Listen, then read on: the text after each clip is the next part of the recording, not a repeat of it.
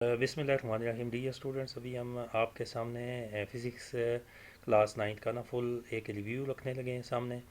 इसका फ़ायदा आपको ये होगा कि आप देख पाएंगे कि आपने कितना प्रिपेयर किया हुआ है, कितना चीज़ें आपकी रहती हैं और किस तरह की कमांड आपकी है। एक्चुअली होता यूँ है कि जब आप ख़ुद तैयारी कर रहे होते हो तो बुक पूरी बुक एकदम बैठ के पढ़ना और सारे टॉपिक रिवाइज करना थोड़ा सा इशू होता है। तो ये एक तकरीबन 30 मिनट्स की वीडियो है।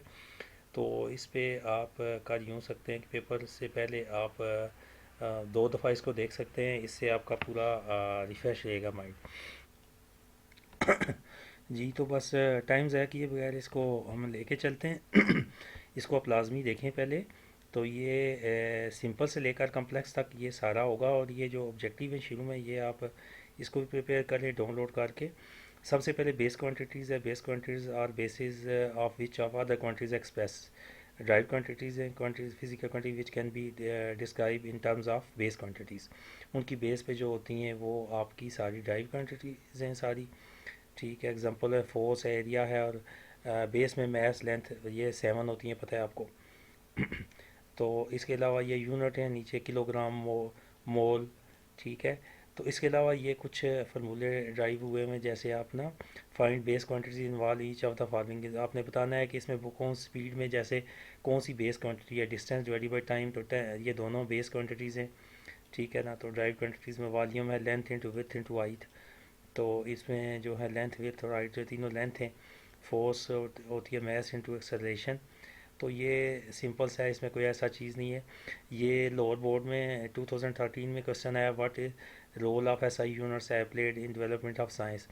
ये इजी है, आपने याद किया फिर development of science field science technology we need a commonly acceptable system serious felt all over the world, that's why it's most important. ठीक है, what is mean by vernier constant. Vernier constant क्या है?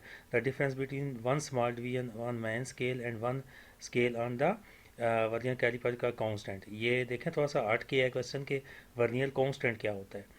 देखें ना, हम सीधी सीधी तैयारी करते रहते हैं तो फिर चीज़ें कुछ ऐसी भी आ जाती हैं। What do you understand by zero error? तो ये पता है आपको बच्चों, ज़ीरो एरर का ये पढ़ें इसको। Zero error mean measuring instrument due to non uniform. ठीक है, रॉन्गली मार्क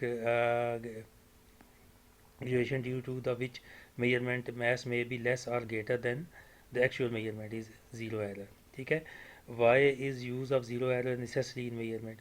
इसलिए ज़रूरी है कि वो, ताकि आपकी कैलकुलेशन ठीक आए। इसको भी पढ़ें। What do you what is stop watch? What is the least count of the stop watch? तो an instrument used to measure the time interval specific period of an event known as the stopwatch. The least count of mechanical stopwatch is 0.1 second. तो ये एक तो ले man language में लिखे हुए notes बहुत इजी हैं। आगे क्वेश्चन नंबर 1.11 है, why do we need measure extremely small interval. हमें स्मॉल इंटरवल मेजर करने की ज़रूरत क्यों महसूस होती है? क्योंकि हमें छोटी से छोटी चीज़ों को नापना होता है। What is the mean by significant figures in measurements? Measurements में सिग्निफिकेंट फिगर्स क्या होती हैं? ठीक है, in any instrument all accurately known digits and first doubtful digit is known as a significant figure. ठीक है, जिसका पता होता है। How precision related to a significant figures in the measured quantity. An improvement in the quantity measured by using the better instrument increase the significant figure in the measured result. More significant figure mean greater precision. ठीक है, ये पढ़ा हुआ है आपने। इसको पहले chapter के बाद ये फिर इसके कुछ लॉन्ग क्वेश्चन भी इसमें से बनते हैं। लॉन्ग की मैं वीडियो अपलोड कर चुका हूँ, वो इसमें से देख लीजिएगा। अब चलते हैं चैप्टर 2 की तरफ। चैप्टर 2 में हम इसको देखेंगे कि ये काइनेमेटिक्स का चैप्टर है। इसमें ऑब्जेक्टिव है शुरू में, ये आप डाउनलोड कर लीजिएगा। ठीक है, इसके बाद अब 2 मार्क्स के क्वेश्चन है। Difference between the following, rest and motion, circular motion. ठीक है, इसमें डिफरेंस बताना है, distance and displacement, speed and velocity. अब ये सारे हैं। रेस्ट क्या होता है? If a body doesn't change position with respect to surrounding, if a body change the position is motion. ठीक है जी, ये आपको आता है। सर्कुलर मोशन क्या है? रोटेटिंग मोशन क्या है? The motion of an object in a circular path is known as circular motion. The spinning motion of a body about its axis is called rotary motion. तो ये गाड़ी के wheel वगैरह होते हैं, उसमें अर्थ जो घूम रही है वो है। तो difference between distance and displacement ये बहुत ज़्यादा इंपॉर्टेंट है, ये आते भी हैं इस तरह की छोटी छोटी चीज़ें। The actual length between two points is known as distance, the shorter distance between two point is known as displacement. तो ठीक हो गया बिल्कुल। तो आगे चलते हैं जी, स्पीड और वेलोसिटी में क्या डिफरेंस है। The discovers in unit time is speed, इसकी कोई डायरेक्शन नहीं होती। The rate of displacement of a body is called velocity. ठीक है ना, इसको ये भी कह सकते हो कि डिस्प्लेसमेंट डिवाइडेड बाई टाइम, तो ये होता है डिस्टेंस डिवाइडेड बाई टाइम, तो दोनों का यूनिट सेम ही है। ठीक है, आगे आगे स्केलर और vector. The physical quantity which is completely describe with their magnitude only known as scalar, जैसे स्पीड है, डिस्टेंस है, वर्क है, टाइम। ठीक है, और फिजिकल क्वांटिटी वेक्टर क्या है, which completely describe their magnitude as well as direction. Displacement है, वेलोसिटी है, टॉर्क है, defined term speed, velocity and acceleration. ठीक है, तो इनको ये आपने करना है, ये तो बहुत सिंपल सा है। वेलोसिटी क्या है, distance covered in object in called and unit time, distance covered divided by total time, we इसकी यूनिट भी आपने लिखते जाना है। ये बहुत अच्छा बना हुआ है सारा। एक्सेलरेशन ये छोटी सी चीज़ें मैं स्किप करता हूँ, आगे चलते हैं। डियर स्टूडेंट्स, अभी तक अगर आपने हमारा चैनल सब्सक्राइब नहीं किया तो इसको कर लें ताकि आपको इस की अपडेट मिलती रहे। आगे है, can a body moving at constant speed have acceleration. हाँ, ये बहुत ज़्यादा इंपॉर्टेंट है कि अगर कॉन्स्टेंट स्पीड से जा रहा है तो उसमें एक्सेलरेशन होगा। A body moving with constant speed can have acceleration if this is direction of the motion change continuously. Speed तो उसकी है कॉन्स्टेंट, लेकिन अगर डायरेक्शन चेंज कर रहा है तो फिर होगा। ठीक है ना, कब नहीं होगा ये भी बताएगा। For example, A body moving with constant speed in a circular path have an acceleration, circular path में भी हो रहा है तो भी होगा। ठीक है, how how do rider in a Ferris wheel possess translating motion but it's not circular motion. ठीक है, rider in a Ferris wheel move in a circle without rotating, therefore the motion of the rider in wheel is translative. ठीक है, ये देखें technical question है। Sketch distance time graph between starting point rest, how will determine the speed of the body of the this body from this graph. ठीक है, इसको एक graph बनाना है आपने, उसकी स्लोप ड्राइव करनी है और इसको ये इसका निकाल लेंगे। ये थोड़ा सा न्यूमेरिकल टाइप है। What do you what would be the shape of speed time graph, ये भी उसी तरह के हैं, ये ग्राफ वाले क्वेश्चन है। ठीक है, which of the following can be obtain from speed time graph.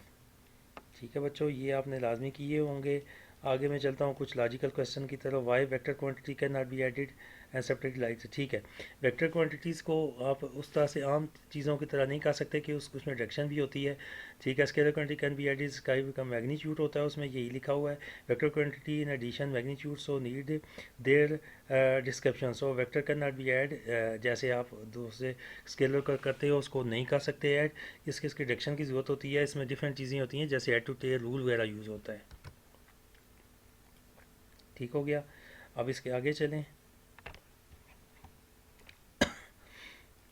आगे, how a vector quantity important to us in our daily life, उसमें हम इसमें देखते हैं कि in order to locate the place from reference point, हमें कोई एक पॉइंट ढूंढना पड़ता है, हमें बताना पड़ता है हम किधर हैं, तो हमारी लोकेशन क्या है, इसलिए बहुत ज़रूरी है। We will have to describe the distance and direction of the place. ठीक है, ये दोनों चीज़ें बताना पड़ती हैं। आगे है जी ये क्वेश्चन, फिर आ गया स्केच वेलोसिटी टाइम ग्राफ आ गया, फिर इसके कुछ लॉन्ग क्वेश्चन आ गए, ये हो चुके हैं। अब आगे चलते हैं। ज़रा मैं आपको जल्दी से ज़रा रिव्यू करा रहा हूँ, रिव्यू का बहुत फ़ायदा होता है बच्चों, आपने इसको लाजमी रिव्यू देखना है ये। ठीक है, और फिज़िक्स की पूरी बुक आपको जो है वो क्या होगी, असबर हो जाएगी।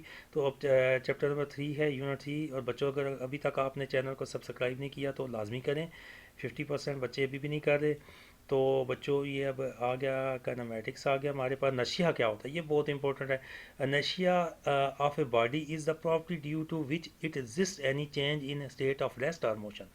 ये नहीं कि अगर एक बॉडी मूव कर रही है ना, उसको आगे से आप रोकोगे आगे आगे, तो आपको आगे से उसको फोर्स लगानी पड़ेगी।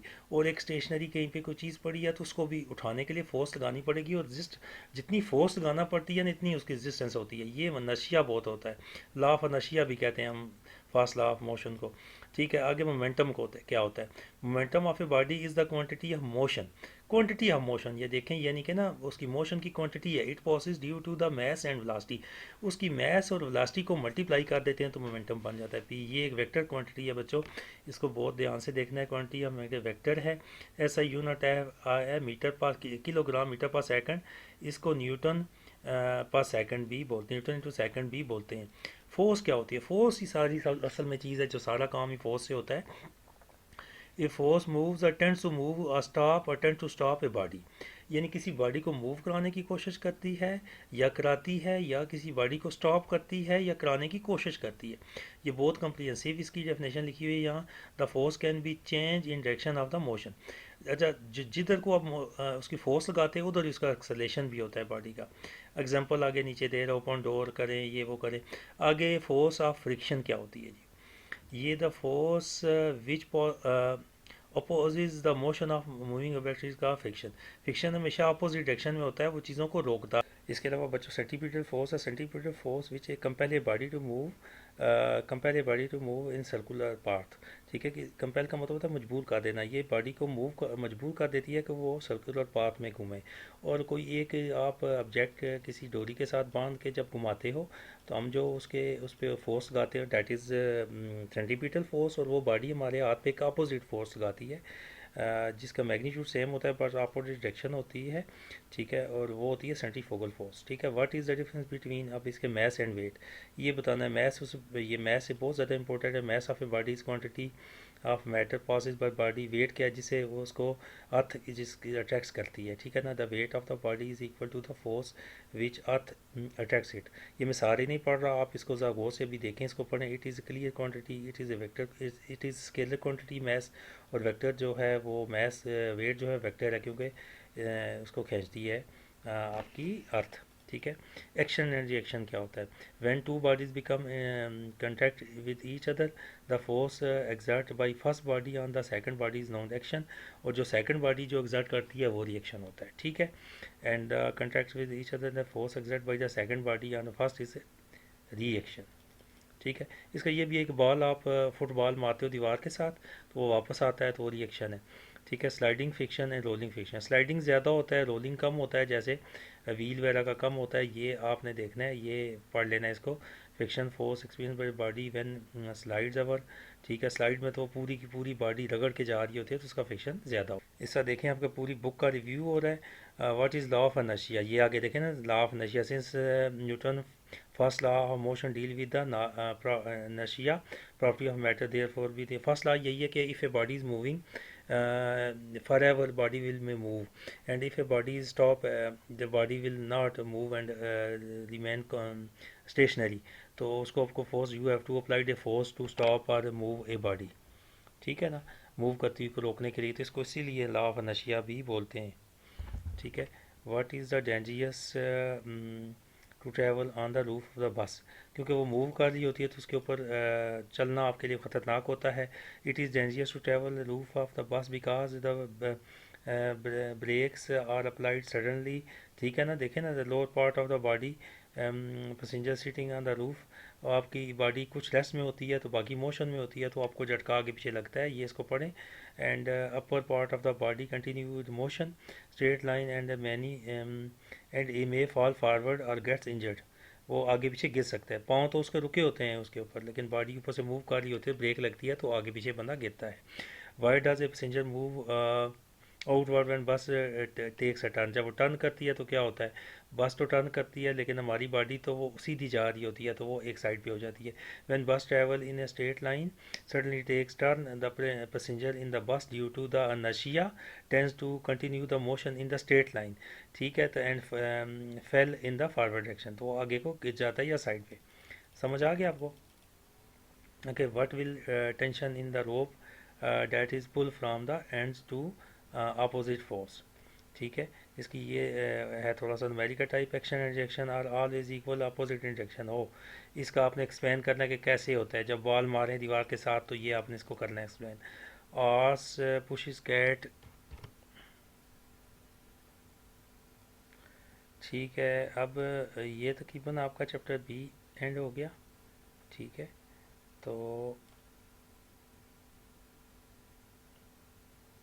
फिर इसको आगे मज़ीद चलते हैं। ये आगे मज़ीद लॉन्ग क्वेश्चन आगे बच्चों, ठीक है। लॉन्ग क्वेश्चन भी इसके अंदर हैं, ये आप उसको से देखिएगा। और जी बच्चों कुछ ये लॉन्ग क्वेश्चन देख लें। जैसे ये फर्स्ट लॉ ऑफ मोशन आया हुआ है, थोड़ी सी उसकी पहले स्टेटमेंट लिखी है, फिर थोड़ी सी उसकी एक्सप्लेनेशन लिख दी है, नीचे एक्सप्लेनेशन लिखने के बाद एक एग्जांपल लिख दी है, ठीक है ना। फिर सेकंड लॉ इसी तरह, ठीक है, और उसकी भी थोड़ी थोड़ी आपने लिख दी, ठीक है। अब देखो आगे इसी तरह ये जो लॉन्ग क्वेश्चन है ना, ये सारे चल रहे हैं, ठीक है। अब ये बहुत ज़्यादा इम्पोर्टेंट है, ये एक एक्सेलरेशन वाला, जिसमें आप ये देखते हो कि ये क्वेश्चन है, ठीक है ना। बॉडी मूव्स वर्टिकली एक पुली के ऊपर, ठीक है ना। थोड़ा सा है टेक्निकल ये, तो इसमें केस है 1 2 3, जैसे आपके पास law of conservation of momentum भी है, तो ये बच्चों इसको भी करना है, ठीक है। इसमें लॉन्ग क्वेश्चन जो करेंगे ना वो अपने पक्के कर लें। फोर्स एंड मोमेंटम, ठीक है, इसको देखें कि ये भी इसको एक्सप्लेन किया हुआ है नीचे। ये थोड़ा सा long question, law of conservation of momentum, यही बता रहा था ना। मोमेंटम उसकी पहले आइसोलेटरी सिस्टम का सेम रहता है, वो लिखा ऊपर एग्जांपल उसने कंसीडर एक बॉल के लिए, ठीक है, वो M1 U1 वो लेके सारा मैथमेटिकल इसका तो उसने किया हुआ है। अब नेक्स्ट चैप्टर की तरफ चलते हैं। ये लॉन्ग क्वेश्चन तो आपने करने हैं प्रिपेयर, तो हम क्योंकि वो जल्दी से कर रहे हैं, फ्रिक्शन का क्वेश्चन आया तो वो भी देखें, उसने फ्रिक्शन को एक्सप्लेन किया हुआ है। ये नोट्स भी आपके मैं अपलोड कर रहा हूँ, ये डिस्क्रिप्शन में है साथ, तो इसको भी आप डाउनलोड कर सकते हो। चैप्टर नंबर 4 है टर्निंग इफेक्ट्स ऑफ फोर्स, यानी एक्सिस के गिर्द घूमती है, जैसे जो टॉर्क वगैरह है, ये टर्निंग इफेक्ट है कि फोर्स लगाते हो तो टर्निंग इफेक्ट कैसे होता है। इसमें अब जो है कि कुछ वेक्टर का भी कंसेप्ट है साथ, ठीक है। Define the following resultant vector. Resultant vector क्या होता है? Resultant force is a single force that is the same as effect as combined effect of the all forces to be added, ठीक है। तो सारी फोर्सेस को जब ऐड कर देते हैं तो वो रिजल्टेंट फोर्स बन जाती है। टॉर्क क्या होता है? Relational effect of the force measured by the quantity is known torque, ठीक है। सेंटर ऑफ मास क्या होता है? वो एक जगह से जो किसी बॉडी का पॉइंट होता है, ठीक है, जहाँ से वो आगे पीछे नहीं जाती, रोटेट नहीं करती। The centre of mass of a system such a point where the applied force cause a system to move without rotation, वो बगैर रोटेशन के बॉडी मूव कर जाती है, वो सेंटर ऑफ ग्रेविटी भी उसको कहते हैं, या सेंटर ऑफ मास। अब सेंटर ऑफ ग्रेविटी भी उसी पॉइंट के ऊपर करती है। The point where the whole weight of the body appears act vertically downward is called the centre of gravity. ये वही पॉइंट होता है जहाँ से वो ऊपर, एक ही बात है दोनों, ठीक है। आगे define the following like and unlike forces, ठीक है। Like forces are the forces that are parallel in each other and have the same direction. Unlike क्या होती है? जो forces that are parallel but opposite in direction, like and unlike forces. आगे बच्चों ये couple आ गया, टॉर्क एंड कपल। टॉर्क क्या होता है? The rotational effect of the force is measured by quantity is known as torque. Couple क्या है? Couple is a form by two unlike parallel forces of the same magnitude but along with the same line. किसी एक ही line के ऊपर जब दो forces कर रही होती हैं तो उसको कपल बोलते हैं। ये काफ़ी इंपॉर्टेंट है, आपने देखा भी होगा, तो पहले भी बताया मैंने। स्टेबल एंड न्यूट्रल इक्विलिब्रियम क्या होता है? A body said to be in stable equilibrium if after a slight tart it return to its previous position, थोड़ा सा लाने से वो वापस आ जाए, ठीक है। तो नेचुरल इक्विलिब्रियम क्या होता है? Neutral equilibrium if a body remains in the new position then disturb from the previous position it is said to be the state of neutral equilibrium. समझ आ गया आपका? आओ एड टू टे rule helps to find the translation of resultant of forces. Forces और vector भी क्योंकि एक फोर्स ही है, ठीक है ना, तो इसलिए ये वेक्टर और फोर्स जो है ना वो उसको सेम ले रहा है, ठीक है बच्चों। तो इसको अपने ड्रा और representation head to tail rule, first के एड को लास्ट की टेल के साथ मिलाने वाले को वो कहते हैं एड टू टेल रूल। ये बहुत इजी सा है, इसको आप देखिएगा। When a body said to be in equilibrium, body कब हम कहेंगे कि वो इक्विलिब्रियम में है? A body said to be in equilibrium if no net force act upon it. A body is equilibrium remains at the rest or motion in uniform velocity, has no linear acceleration as well as no rotational acceleration. तो ये बच्चों आपने करना है। आगे when there is need of second condition of equilibrium, उसकी क्यों ज़रूरत होती है? नेट फोर्सेस तो करती हैं लेकिन फिर भी उसमें चांस होता है, तो हम सेकंड कंडीशन करते हैं, देखते हैं। पर when a two equal forces opposite forces act on a body, तो वो सेम तो हो जाती हैं, लेकिन वो क्या होता है, बॉडी में थोड़ी सी मसला आ सकता है कि थोड़ी सी उसमें रोटेशन करने के चांसेस रहते हैं। ठीक है ना? No linear acceleration is produce, वो एक्सेलेरेशन तो उसमें प्रोड्यूस नहीं होगा। But when two equal opposite forces act on a body not along the same line, the body not in equilibrium because the rotational acceleration is produced. Rotation थोड़ी सी वो कर सकती है, तो इसलिए उसको सेकंड लगाते हैं, सेकंड लॉ ऑफ उस पर हम जाके वो अप्लाई करते हैं। जी बच्चों, समझ आ गया आपको? तो अब आगे चलते हैं, थोड़ा सा आगे मज़ीद देख। जी बच्चों, तो अब next give an example moving body with which is in equilibrium. ठीक है? The paratrooper coming down in the terminal velocity is in equilibrium। ठीक है? The type of the known as the dynamic equilibrium। ठीक है? ये होता है उसमें, think of a body which is at rest but not in equilibrium। A ball thrown upward becomes a rest at the top पे जाके rest पे हो जाती है, at that state it is not in equilibrium। देखें ना, ये उसकी एग्जांपल है। ठीक है? तो व्हेन ए बॉडी, और इसी तरह के क्वेश्चन छोटे मोटे आते हैं और बच्चे कंफ्यूज होते हैं। तो ये आप बहुत थ्योरियाँ चीज़ें याद करते रहते हो लेकिन काम की चीज़ें नहीं करते बाज़ दफ़ा। तो कुछ बच्चे करते भी हैं। When a body can not be equilibrium due to the single force. Single force लगाते हैं तो क्यों नहीं होती? क्योंकि ये इक्विलिब्रियम में पर मिनिमम टू फोर्सेस होनी चाहिए, तो इसलिए एक फोर्स लगाने वाली नहीं होती।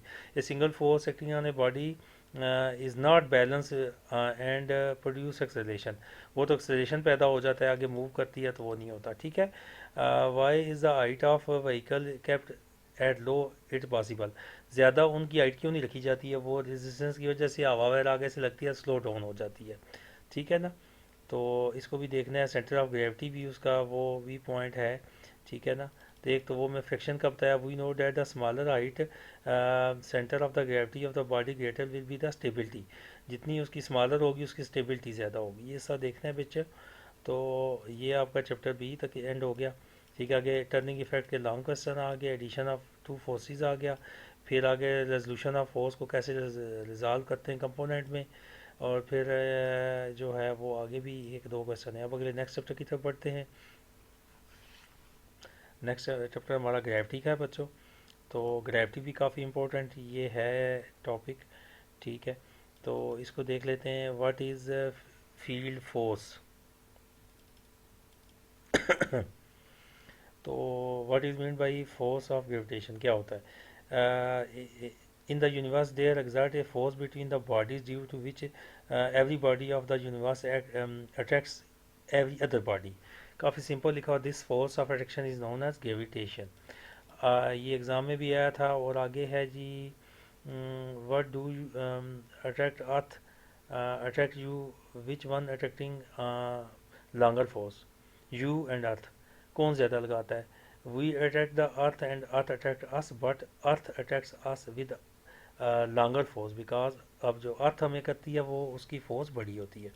What is the field force? A gravitational pull of the earth acting on a body whether body is contact with the earth। ठीक है? And not called field force. ठीक है? Why earlier scientist could not guess about the gravitational force? The earlier scientist could not guess about the gravitational force due to lack of observation. उनके पास observation कम थी and lack of knowledge. ठीक है? बिल्कुल ठीक हो गया। How can you say that gravitational force is field force? Gravitational force exert around the earth acting on the bodies whether the bodies are in contact with earth or not, so we say the gravitational field is gravitational force is a field force। explain what is meant by gravitational field strength, क्या होती है?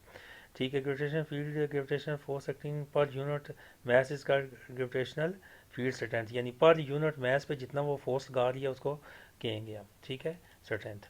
Y law of gravitation is important for us? Law of gravitation important for because it is use to calculate the force of attraction between two bodies. ठीक है? दो bodies के दरमियान attraction के लिए होता है। ठीक है? Can you determine mass of our moon? If yes then what we should know? ठीक है।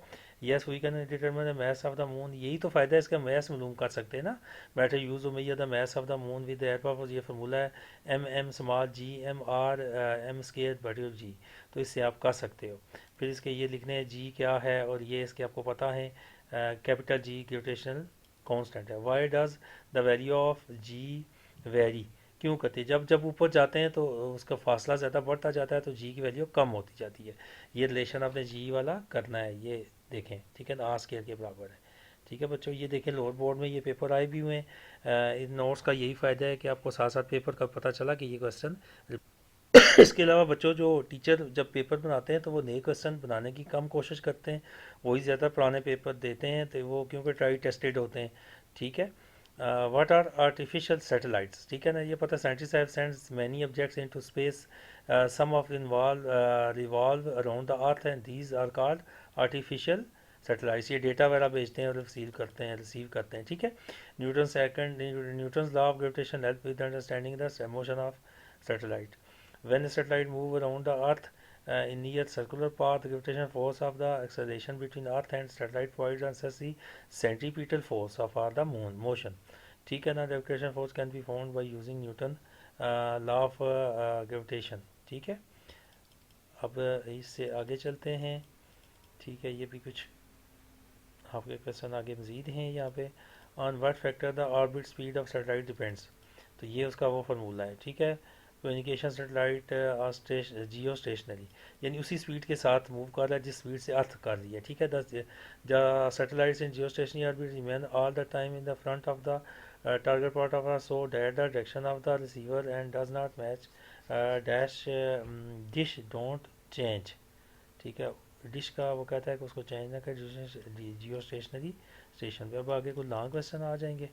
ठीक है बच्चों, तो लॉन्ग के पहले हम चलते हैं नेक्स्ट चैप्टर पे।